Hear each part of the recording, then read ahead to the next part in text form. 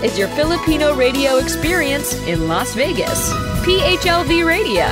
PHLV Radio. Hello, good afternoon or good evening. It's Saturday night if you're watching us from the Pacific or in California. Magandang gabi sa inyong lahat. Happy viewing, everybody. And if you're watching us in the Philippines, it is a it's a Sunday afternoon at 1 p.m. I'm kind of confused because of the change of time. Alam ko kahapon, it confusing as well for Alam Mo Ba with Josh Handewitt because you guys were tuning in at 2 p.m. if you're in Manila or in the Philippines. And by the time 2 p.m. hits, we're already halfway to the show. So I sincerely apologize, and it was my mistake because I forgot that there was a change already of time in America, so that affected all the time slot for the shows of PHLB Radio, of course, including my shows. So I tried to correct it this time, and hopefully you guys are aware this time that now it is here instead of the 2 o'clock p.m. I know medyo masasanay din tayo eventually because you're so used for so long that you watch the show at 2 p.m. Now, of course, because of the time difference and the time change, it's gonna be at 1 p.m. on a Sunday. Same day, pero medyo na-advance lang yung time. Instead of 2 p.m., magiging 1 p.m. na. So hopefully you guys could catch up. Meron mga nauna na, I think they got the information or the thing. So it was not my doing or the station's doing, but it is a USA thing that it's done. Well, a lot of people are asking, bakit nag-change ng time unlike in other countries? Because in the US, what they do is, if they don't do the change of time, the daylight saving time, especially now this season, it's really very dark by the time. So they have to adjust it to make sure that there's a logic to that, and of course the powers that be that knows that. And it's always been, there's always this thing that it's going to be changed eventually, but hindi po talaga nangyayari. So it was my mistake. Oh, si Emma Consul is watching us from Carson, California. Happy viewing, Emma. And yes, you're right, I'm back in the Philippines. I'm in Manila. So wish you were here. Aba, meron si Rosana, hindi na siya team replay. Happy viewing, Rosana. Rosana Millar Barrera is the singing dentist from Calamba, Laguna. And of course, she's based now in Doha, Qatar, and she is an instructor, and of course, she's not practicing dentist, but more of a dental instructor for some universities. And of course, she sings too, and she does a lot of Benny Saturno songs, and she's been guesting, and I guested her already on my other show. So happy viewing to you, Rosanna. And she is watching from Doha, Qatar. And of course, we have Cha Marcos also watching us from Manila. And then it's watching and so happy viewing sa inyo. And alam ko, maraming humahabol kasi akala na 2 p.m. talaga. And of course, if you're watching us in different parts of the world, good morning, good afternoon, and good evening. So, and of course, happy viewing to our team share as well as our team replay. So it's no problem if you are not able to watch us tonight. Habol na lang kayo at it's gonna be a fun show. Maganda yung show ngayon kasi talagang I'll tell you a little story about it in a minute. Sabi ni Rosana, watching with Katrina Poblete Salo. My gosh, si Katrina is also just like Rosana, reaching us from Doha, Qatar as well.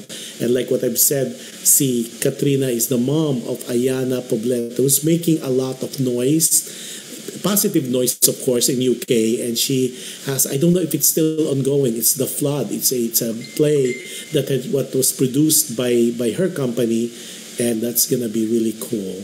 And you need to hopefully you are not losing me, because the internet here in the Philippines is kind of erratic sometimes, but I'm keeping my fingers crossed that we could survive our show tonight. Now also, again, a lot of people are asking if my background is it's a wallpaper. No, just again to let you guys know, I am in my mother's home in the Philippines. So ito ganyan po yung kanyang bahay, ang kanyang. So it's not like a wallpaper. So yung mga nagtatanong from yesterday and also today, kasi I guess they like it, and I know my mother will be so happy and thrilled that you're making all these wonderful comments about her home, and I know she's be ecstatically watching us from heaven. Yun. So if you're watching us, we are live on PHLV Radio YouTube channel. So if you're not a subscriber yet, please do subscribe by liking, sharing, and if you could hit the notification bell so you'll be alerted every time we're on. And of course, we want and we encourage you to be part of our subscribers, so it will be a fun, and so win-win for everybody. And also, we are live, of course, on PHLB Radio Facebook page, as well as in different podcasts, namely Apple Podcasts, Google Podcasts, iHeartRadio, and Spotify. And if you're using Alexa Fire TV, what you do is look for PHLB Radio channel, and if you are one of those techie that you're using if you're using Amazon Fire TV, look for the PHLB Radio channel.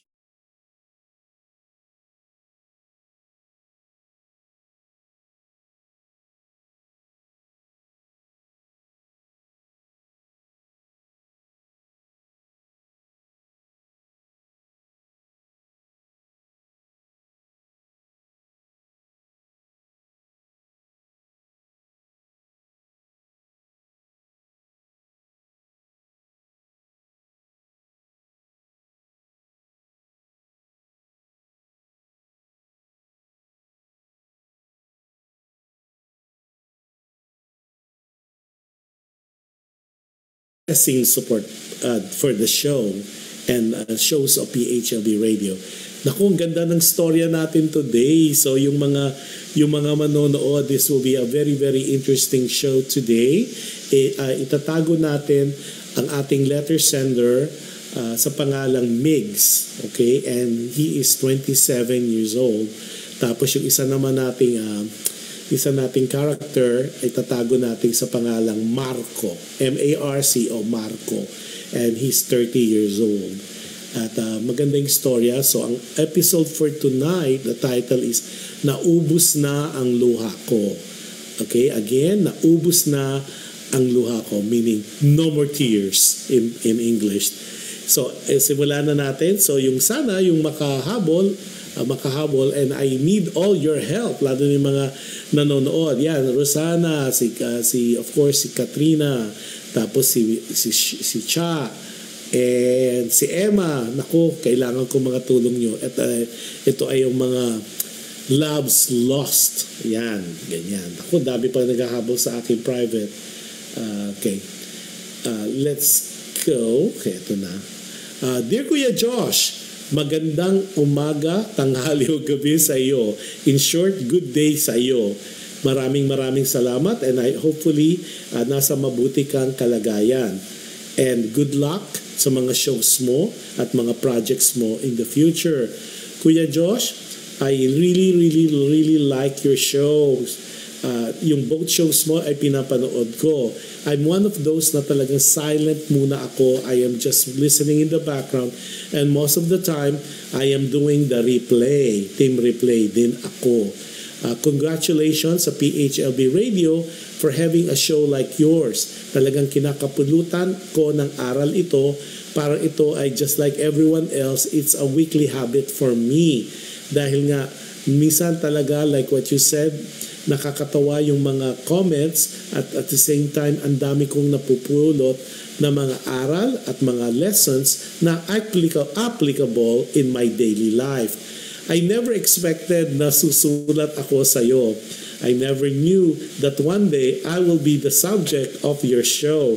But I think I'm reaching out sa iyo at sa viewers and sa listeners para makahingi ng konting opinion at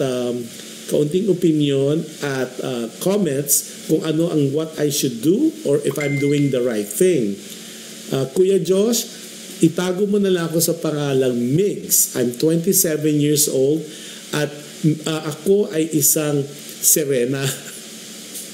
Meaning po, ako ay isang Becky. Pero hindi po ako halata, lalaking-lalaki po ako ang anyo, pero malambot po ako.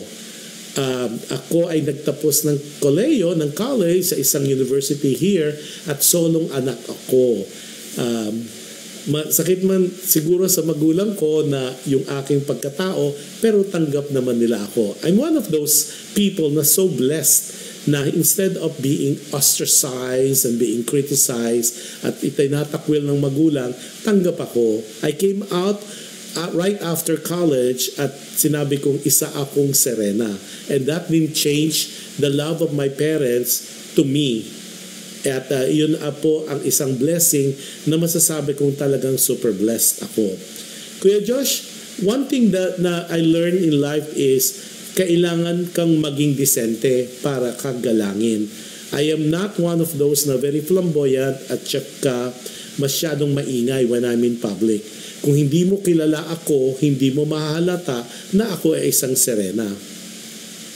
Kumbaga in other parlance o ibang kwento o ibang sinasabi ng tao, berde ang dugo ko. Kuya Josh, sumulat ako, like what I said earlier, is to tell you, parang nahihirapan na ako sa love life ko. The other day, iyak ako ng iyak kasi feeling ko, lagi na lang akong inaagawan ng mga boylet o boyfriend ko o jowa in Tagalog o boyfriend. Jowa ang tawag po namin sa aming mga gusto. One of the thing too na kakaiba sa akin, I don't want to have relationship. I don't want relationship with another gay guy. Gusto ko lalaki. So tanggap ko naman, Kuya Josh, kung itong magiging boyfriend ko o naging boyfriend ko ay magkagusto sa babae. Because alam ko namang hindi ako ganap na babae. So tanggap ko yon at malinaw yon from the onset, from the get-go. Hindi issue sa akin ang pambababae o kung magkaroon siya ng girlfriend, basta alam ko meron kaming mutual understanding. Now, here goes what the problem is. Meron akong kaibigan, ang pangalan niya ay si Marco. Si Marco ay 30 years old at medyo mayamang, galing sa mayamang o may kayang pamilya.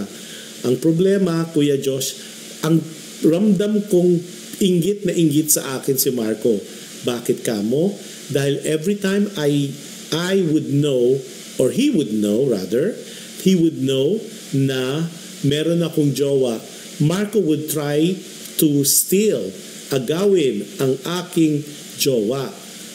It so happened that hindi ko napansin what he was trying to do.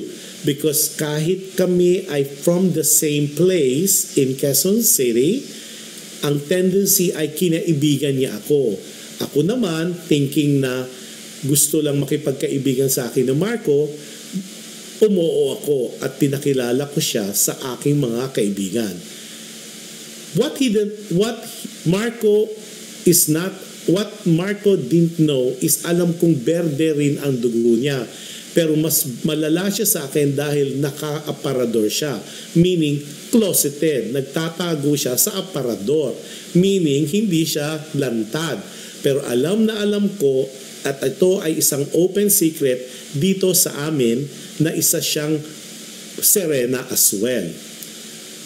Serenang may kotse, Serenang may pera. So ang ginagawa niya ay binilibre niya ang mga tao dito, lalo na ang mga kalalakihan. Pinapainom kahit na ang mga below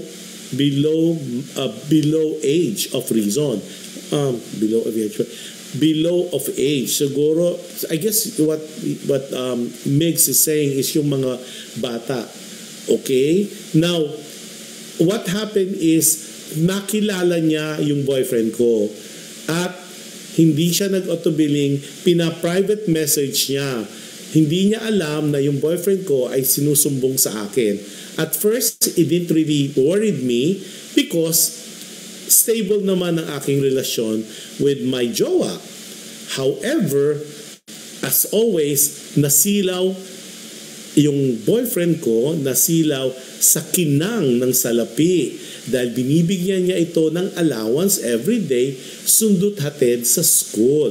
At may mga promises pang mga motorsiklo na ibibigay. Lahat ng pangako, Kuya Diyos, ay napako dahil wala siyang ginawa kundi panay OPM or promise me. Nasaktan ako nung una kong nalamang ng agaw itong Marco na to, ang kapal ng mukha niya. Ngunit I moved on dahil sabi mo nga in one of your shows, life has to move on.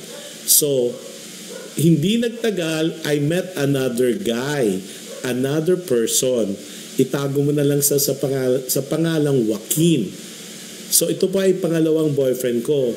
At alam ko na kami na for a while. Safe na safe ako. Ngunit itong si Marco, kung hindi ba naman katikatihan, wala na naman siyang ginawa kundi i-private message na naman itong si Joaquin. At first, siyempre si Joaquin, dahil nga karelasyon ko, it didn't really bothered him at first. So ako, I was so confident na nothing is going on until one day, Kuya Josh, one day I found out na nagkakaroon na sila ng mga secret meeting or eyeball. Only to find out na nilalandi na naman ni Marco si Joaquin. So, ang sakit-sakit nito para sa akin. It's happening again. Wala akong ginawa, Kuya Diyos, kung hindi umiyak, humagulgol. Mistulang naubos na ang luha ko dahil hindi ko matanggap na lahat ng akin ay pinipilit niyang agawin. Lahat ng mga jowa ko ay pinipilit niyang makuha. Hindi ko alam why Marco is like that o kung anong intensyon niya. Naiinggit ba siya sa akin? Kuya Diyos, simple lang ang buhay namin. Payak na pamumuhay, nagtatrabaho ko ng tama. Hindi ako pinalaki na para mang-agaw. Pero itong Marco na to, dahil nga may kaya, piling niya, kaya niyang bilhin ang mga tao sa paligid.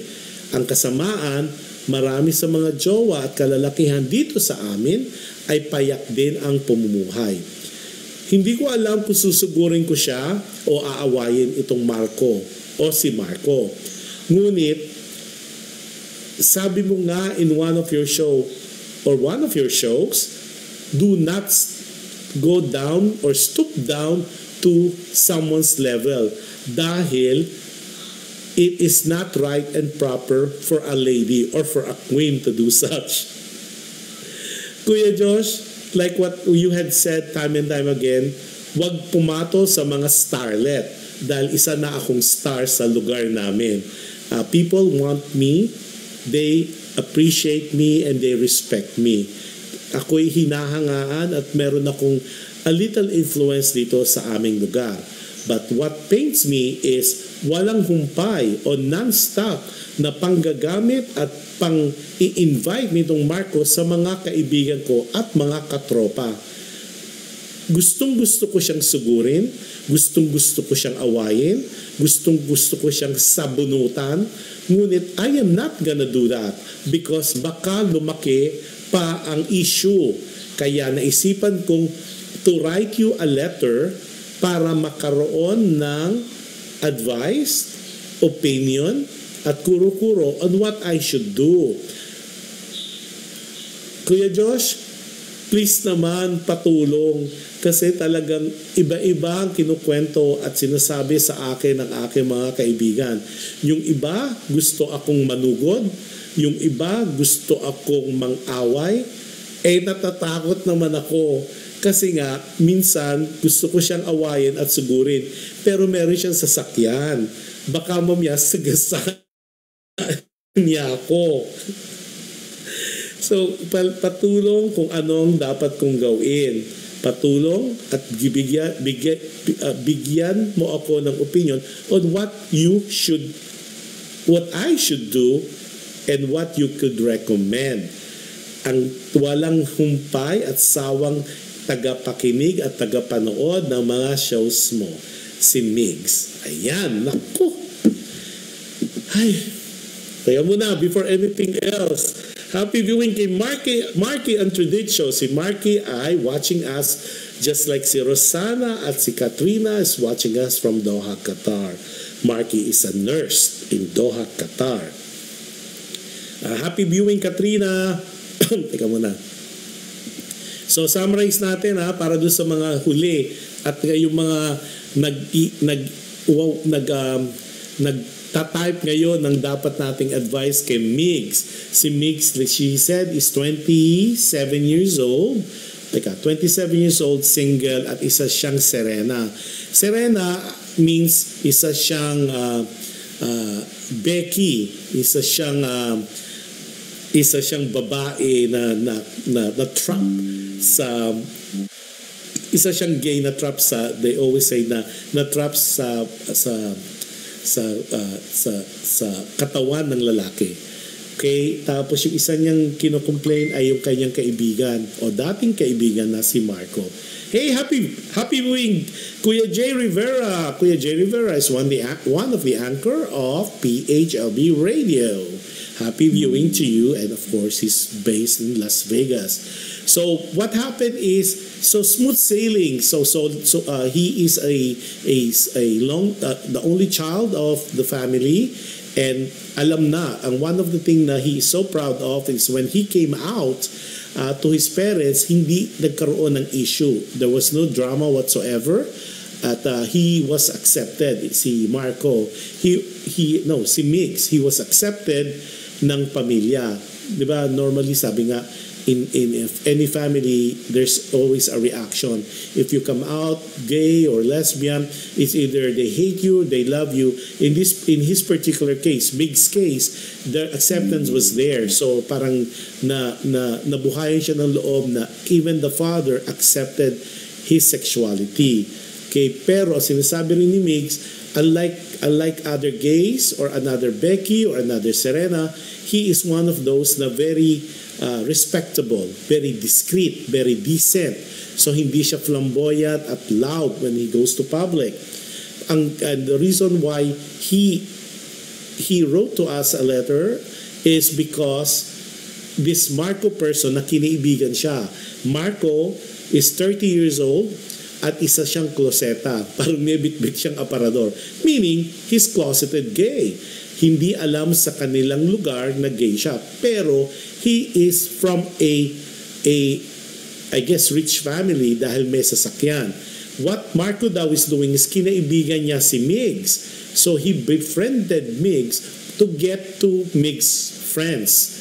At the same time, dumating yung time na yung jowa o boyfriend ni Migs ay inagaw ni Marco dahil nga nasilaw daw ng pera o yung attention o yung mga bagay na libre-libre at pinapakain and all that.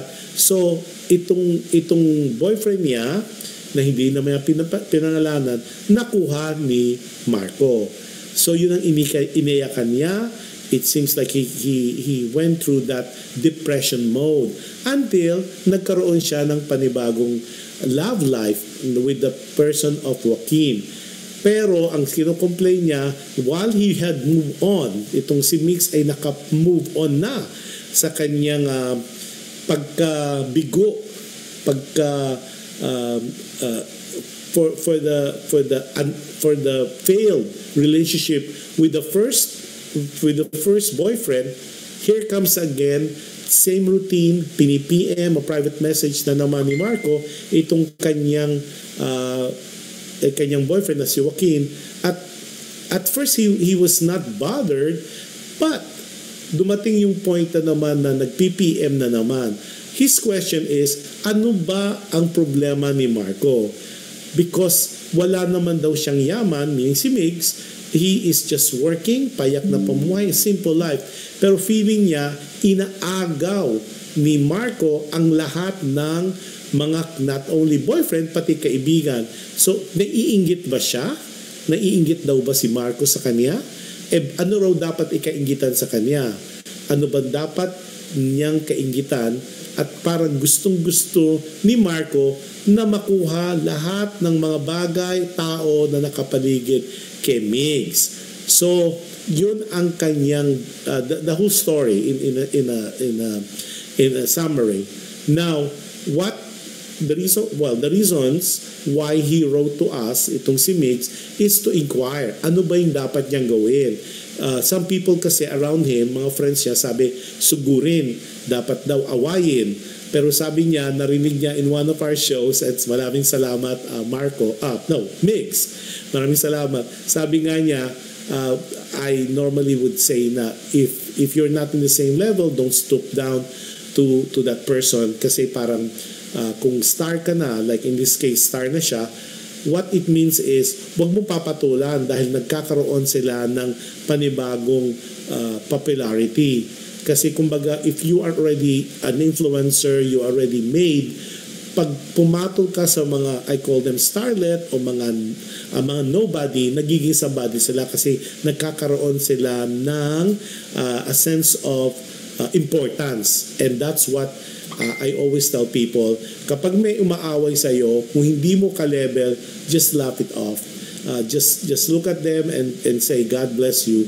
And hindi karapat dapat, or it's not even worth it to have a fight. Why? Because you're not in the same wavelength, and that person might be wealthy or might have, like in this case, may kotse, pero that doesn't mean that person, regardless of their wealth, they have class and bearing. O sabi nga, hindi nabibili ang class, hindi natuturo yan. It's either you got it or you don't. At lalo na ang behavior ng tao nasa pagpapalaki ng magulang. Let's see now muna. Sabi ni Katrina Poblete Salom, sabi niya, good morning po. Good morning din sa'yo. Sabi ni Rosana Miller Barrera, well, pagdating sa pag-ibig, gaya ng sabi ni Florante, hahamakin ng lahat, makuha ka lang. Talaga si Rosana, talaga you could tell singer ka talaga. At talagang, so Rosana, so anong dapat gawin itong ating naanggapit gawin ni Migs? Tapos sabi niya, idinagdag pa niya, tatawa siya, ha. Nangyari yan sa magkaibigan, nangyayari yan sa magkaibigan, even magkadugo. Talk to him, pero maayos. After that decision niya ng boyfriend mo, at least mas maaga malaman mo kung ano ang talagang intention niya sa'yo. Uy, okay yun Rosana. Kasi sabi niya, nangyayari yan sa lahat, I guess. Tapos sabi niya, kahit sa magkaibigan, kahit sa magka-relative or magkadugo. So I guess Rosana's suggestion, Migs, is to talk to him. Kausapin mo si Marco. Huwag mong awayin, pero kausapin ng maayos, mahinahon. Tapos, sinasabi rin ni Rosana, suggestion niya, technically, if you think about it, it's the decision of your current boyfriend.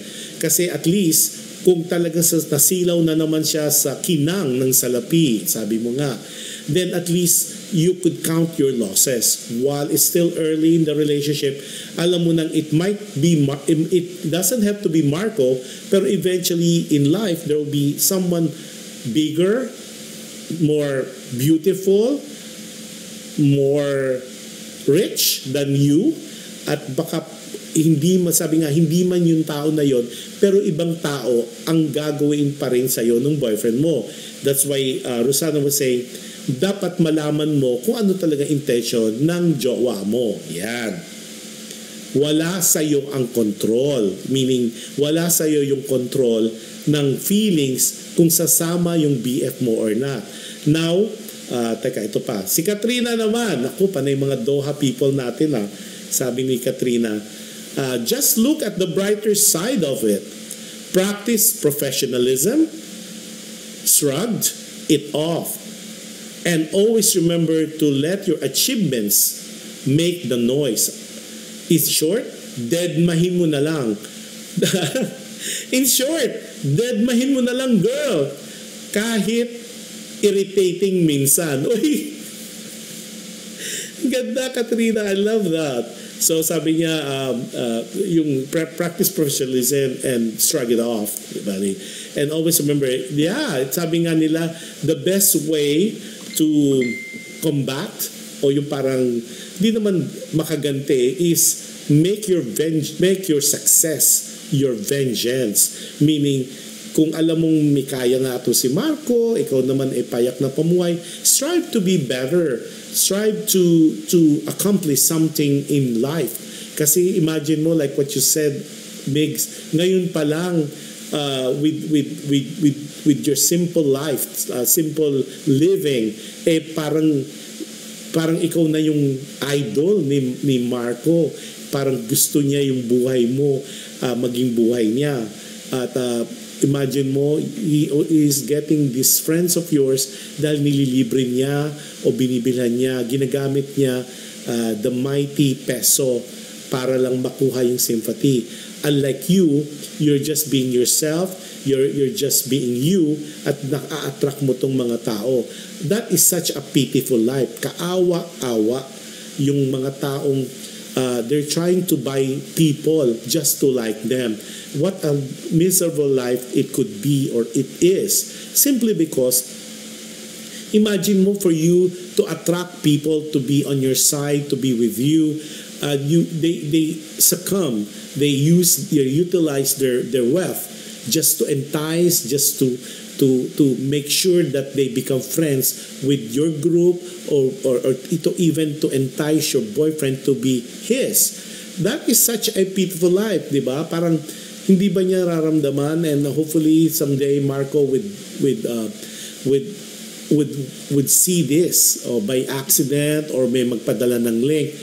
Marco, that is so sad to go through life using your wealth or whatever little wealth you have and to attract people to like you. That's not what friendship is about. Ang pagkakaibigan, hindi kailangan pera-pera. Sure, of course, there's some people who would be attracted to you. There are some people who would like to be associated with you.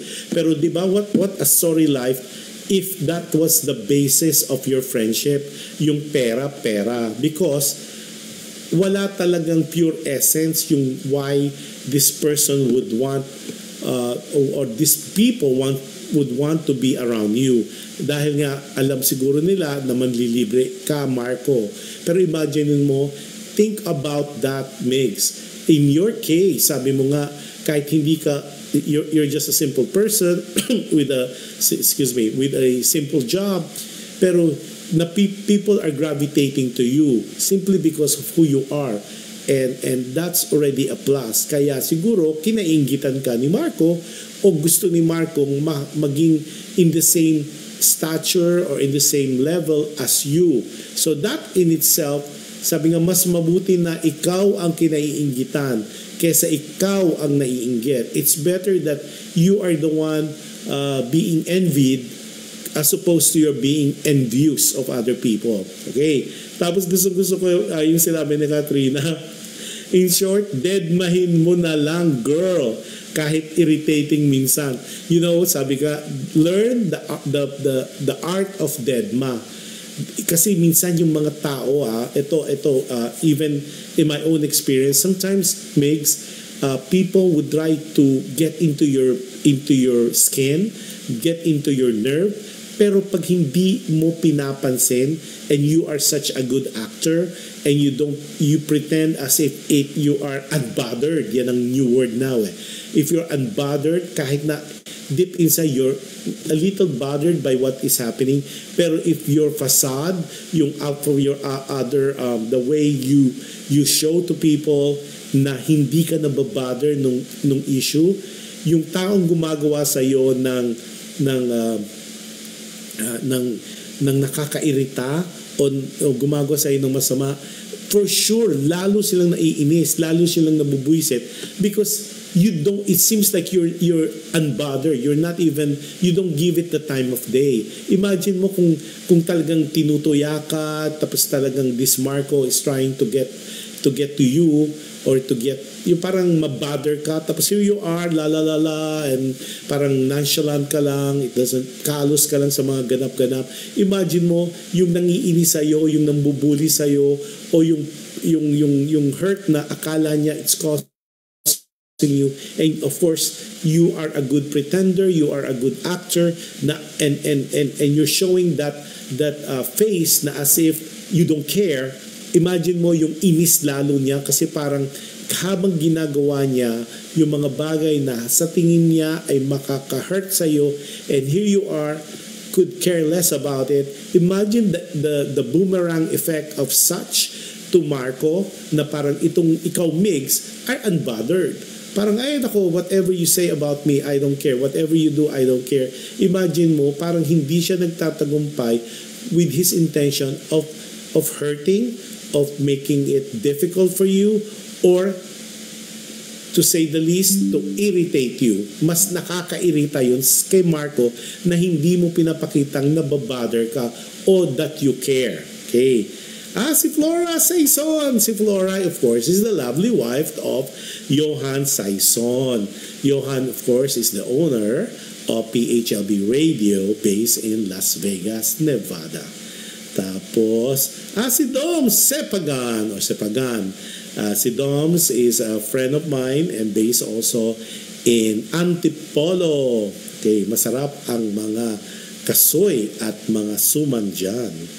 Flora, hopefully you're doing much better. Last time I heard is you're recuperating for something, and I wish and I pray that you will recover and the healing will be as fast as one could imagine. Okay, let's go back. Sino pang mga iyahay natin dito? So yun. Now, one thing na nakakatuwa is yung sinabi mo na kahit na gay ka, you were accepted by your parents. Alam mo, there was already one story that we covered here in the station or in the show that talk about that. Kasi you're lucky, like what you said, because sometimes it does not work that way.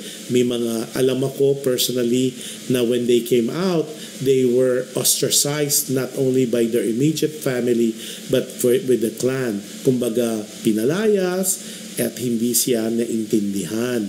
So lucky for you, Migs, that's why you really need to count your blessing, because bihira yan, as much na it is kasi minsan kasi we're not to judge, but sometimes they don't understand that aspect of life. Siyempre may mga frustration and hindi mo maaalis yan sa isang magulang, kasi sometimes, and I had a good talk with a parent, sinabi ko bakit parang hindi mo matanggap, and then of course I was enlightened. Sinabi niya, Kuya Josh, hindi ko siya matanggap, not because I don't appreciate na gay, serena, tomboy yung anak ko or anything else, because I am more worried for him or her future. Meaning, imagine mo yung bullying na aabutin ng anak ko.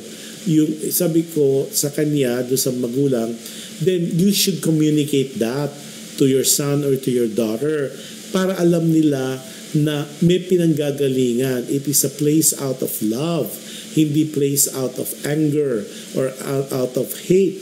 But at the end of the day, you care enough your son and your daughter to feel that way. Kasi you need to communicate. It is important that you come clean to your son or your daughter who might have a different lifestyle.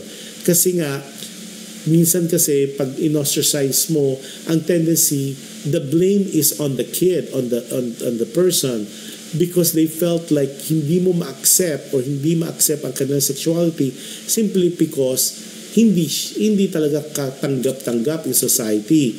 But people need to understand, especially yung mga concern, lalo yung mga bata o yung mga may ibang preferences, na parents sometimes acted differently, not because they don't love you less. Actually, you need to understand, sometimes our parents, they would act not according to what we expect because this was born out of love.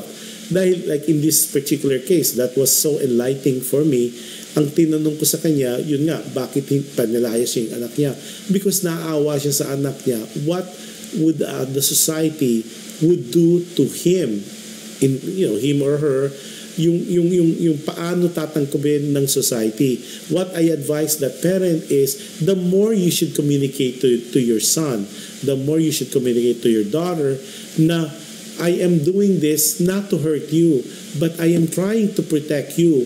Pero pag hindi mo communicate, it would have a different negative connotation at mariread niya differently otherwise. Yeah, happy viewing kay Kenneth Laurente. Kenneth Laurente is a very good singer based in Los Angeles. He's part of the group. It's an a cappella group called Trio. Ayan, si I think I'll guess them one of these days. Definitely happy viewing to you, Kenneth. Of course, si Dr. Edwin Fortuno is watching also. He is a doctor practicing yung geriatrics doctor and also a instructor at the Fatima School of Medicine. Yan. And of course, Dr. Fortuno or Edwin, a friend of mine, is the owner and proponent, of course, with his sister of Calmara. One of these days, now that I'm here in Manila, I will come visit and I'll do a full show in Calmara and we'll show all the beautiful. It's a Calmara dun sa mga Filipinos abroad. This is a place you need to stay. Diba, going to Tagaytay sometimes it's really crowded and it's masyadong matraffic and all that. Now, if you go to Calmara, it's in Tanay, which is north, I think north of Manila, and it's only an hour, another 45 minutes away. And the weather is really nice. It's very cold, it's very cool, and fresh fruits. And Calmara is one of those resorts that you could really. They have several. We call it in my world we call it kibbutz, but in this it's a villa that you could rent out. It's a villa. It's home, and there's an infinity pool, and of course it's only I think 8 to 10 minutes from the Kak waterfalls. It's really a sight to see. But don't worry, guys, I will definitely have full show, a full-fledged show in Calmara, and we'll show all the amenities and all that. And of course, that is brought to you by the Fortuno family, especially Dr. Edwin Fortuno. Tapos sabi niya, hello for sure, Dr. Edwin, I will come visit you. Sabi niya, yes, visit us, please. Okay, I'm trying to do as much on the business side, pero hopefully in the next week or so, I would be able to up and about to have to be driven to Calmara and that. And for sure, it is one side to see. Ang laki na ng improvement. I saw some pictures, and we tried to post it on my Facebook page and other social media outlets, at marami talagang kahanga-hanga. So I was talking to another doctor last night, and he was saying that his family stayed in Calmara and they had the best time. So I will do a full review, as well as I would do a highlight, and I will cover and I will go live in Calmara one of these days for our show in Alam Mo Ba. And hopefully you got to see Dr. Fortuno live as well. And he's really not only a very good doctor, but a very good businessman as well. And of course, Hopefully, we could do that soon. But there will be an announcement once we do that. And going back sa ating letter sender na si Migs. So Migs, count your blessings. Okay, that's what one of my biggest advice to you. Count your blessings. Secondly, wag kang papatol. Like what I will repeat again myself. Hindi ka patol-patol. You are not in the same level as Marco. If Marco is doing the hanky-panky of parang kumbaga ginagawa niya is to buy people, it's okay. It's a temporary thing because at the end of the day, pera-pera lang on his part. But push come to shove, yung mga tao ay sa iyo pa rin because genuine yung pagkakaibigan mo sa kanila. It was not born out of libre-libre or good time, but it is more based on relationship, based on understanding. Meron at wala, you guys are friends. Now, as far as sabi mo nga inaagaw ang boyfriend mo, let it be. And I'll echo what Katrina was saying. At this early stage, kapag naagaw ang jowa mo o ang boyfriend mo sa'yo, then it's just proof the intention this person, this boyfriend of yours, the intention has for you. Kasi kung hindi man si Marco ang gagawa niyan, yung lure, pagtetempt sa boyfriend mo, there'll be other people on earth who would do the same thing. So buti like what Katrina was saying, and like I would repeat it will happen not necessarily with Marco, but with other people as well. Because now that you know the intention. So cut your losses. That's my take on that. Tapos, wag kang papato, wag mong awayin. Kasi ang pangit pag ikaw yung nanunugod. Firstly, bakit manunugod if it takes two to tango? Kahit nasabi nga, kahit anong tukso, whatever temptation, whatever material things being given to your boyfriend or your significant other, if that person is unwavering or yung relasyon niya sa'yo is solid, I don't think it would make any difference. Kaya lang, pag masyadong material din yung significant other mo, doon nagkakaproblema. Kasi it means that hindi stable or hindi solid yung relasyon nyo with each other. Because if a person, whether it's male-male, male-female, female-male, as long as the relationship is stable, the relationship is strong, sabi nga, it cannot be waived, it cannot be shaken if it is really built on a strong foundation. So in this particular case, maybe talagang you need to do an introspection. You need to sit down and analyze things kasi sabi nga paulit-ulit, it's been repeated time and time again na lagi kang naaagawan. In this particular case, this Marco person is the protagonist of such. Okay? So, let's see kung meron pang mga comments. Yan. So, yun ang ano mo. Tapos, so, third na yon. Fourth, one, be prayerful. Dasalan mo yan. Kasi like what I said to a good friend last night, prayers do move mountain, and I believe that. Any problems you might have, any challenges that you might have in life, it can be solved. Prayers are the weapons of our life. Sabi nga, if you're going to a combat, if you're going to a war, di ba, you bring a rifle, you bring the machine gun, or you bring a bazooka. But in life, when you battle the battlefield of life, in my book, for me, prayers, because nobody can really fight against a prayerful person. Sabi nga, magunaw na lahat, mabuho na lahat. But if you are a prayerful person and you believe, you trust, and you surrender all your problems or your insecurities, all your questions, if you just believe and you trust and you surrender that, it is practically a done deal. Meaning the solution will be in time will be given to you. Yan. Tingnan pa natin kung sino pa yung mga letter sender natin dito. So again, just for clarification and disclaimer, opinions, advice, and comments that are being discussed or were discussed earlier is not a reflection on the owners or management of PHLV Radio. Ito po ay napapag-usapan lang natin. Also, I guess you notice that I am not judging the relationship of Migs with a boyfriend, and I'm not about to judge. You have your own conscience. You know, matanda na kayo. You know what's right and wrong. I am not about to be judgmental. At the end of the day, whatever you do in your life, you are answerable to the person, the supreme being that you adore, that you respect. I am not about to tell you that your lifestyle is wrong. I am not in that position. Who's to tell?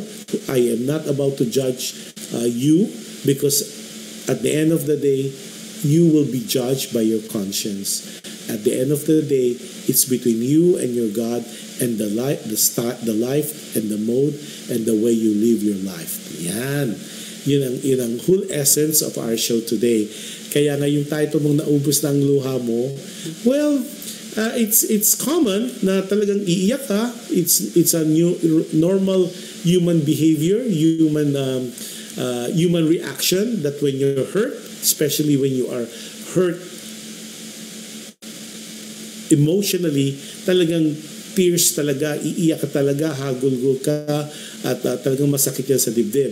Pero remember what Maya Angelou said, tears are the sweat of the soul. Imagine mo, di ba, it's so beautiful, yung luha daw ng nating mga tao ito ay pawis ng ating kaluluwa. What a way, di ba, how poetic that could be. And that came from the famous Angelou, okay? So it is just the tears are the sweat of the soul. What a way to such a description. So yun ang ating buod. So it's okay to cry, it's okay to be hurting, it's okay, things will get better in time. Sabi nga, in His perfect time, not your time. So ano lang, echo again natin yung sinabi ni Katrina, practice deadmahin mo lang. It's things are gonna get better, and kahit irritating, ano ka lang, forge forward, because at the end of the day, all your problems in the world will just fall into its proper place. And by when you look at it, by steps, one foot on top of or in front of the other, by the time you realize nakarating ka na sa iyong paroroonan or the destination that you hope for yourself. Yan. So that's the whole essence of our show tonight. And I'm hoping that na kapulutan ng aral, especially alam ko Migs nakikinig ka, at alam ko tatawagan mo ako later for sure, now that you guys know that I'm here, and of course it's public naman ang aking Facebook page. So I am getting more and more na they want me to have coffee with them, because instead of writing, they just want me to tell the story, and that's okay too. I sisingit ko lang ang ating time. If my time permits, I could easily go for coffee with you anytime if you have difficulty in writing us and all that. At doon sa mga constant letter sender naman natin, maraming salamat po. I am in awe of gratitude. Talagang parami mga letters. Ako yun medyo and some if I don't really read your letter, because minsan kapareho lang ng naging problema, so what I do, or sa naging issue, so what I do is I try to find that similarity in past shows, at yun ang pinapadala ko doon sa letter sender, unless merong uniqueness yung letter or something na hindi pa namin na-discuss, kasi we don't want also to bore our listeners and viewers of letters na parang may similarity. So, and I know it was not deliberate, I know it was not intentional on your part to do such, but I'm just using my own discretion But normally I would text you or email you as well about why that particular letter was not read or was not discussed on air. Simply because one, there's already a show that we did, because you get to remember, we're already going to our third or fourth year. Yeah, 2021, 2022, 2023. Yeah, third year of our show and of Dear Kuya Josh, and siyempre there's a possibility na mga may repeat. So, yeah. So, I hope you do understand. Doon sa mga ating listeners naman, maraming salamat po. Wala na talaga ako masabi. I am lost of words of gratitude, words of gratitude to tell you how appreciative I am personally of the support that you're showing, not only to the shows, but also to me personally. Maraming salamat. And as always, before I close any shows, I always tell and advise people to be kind.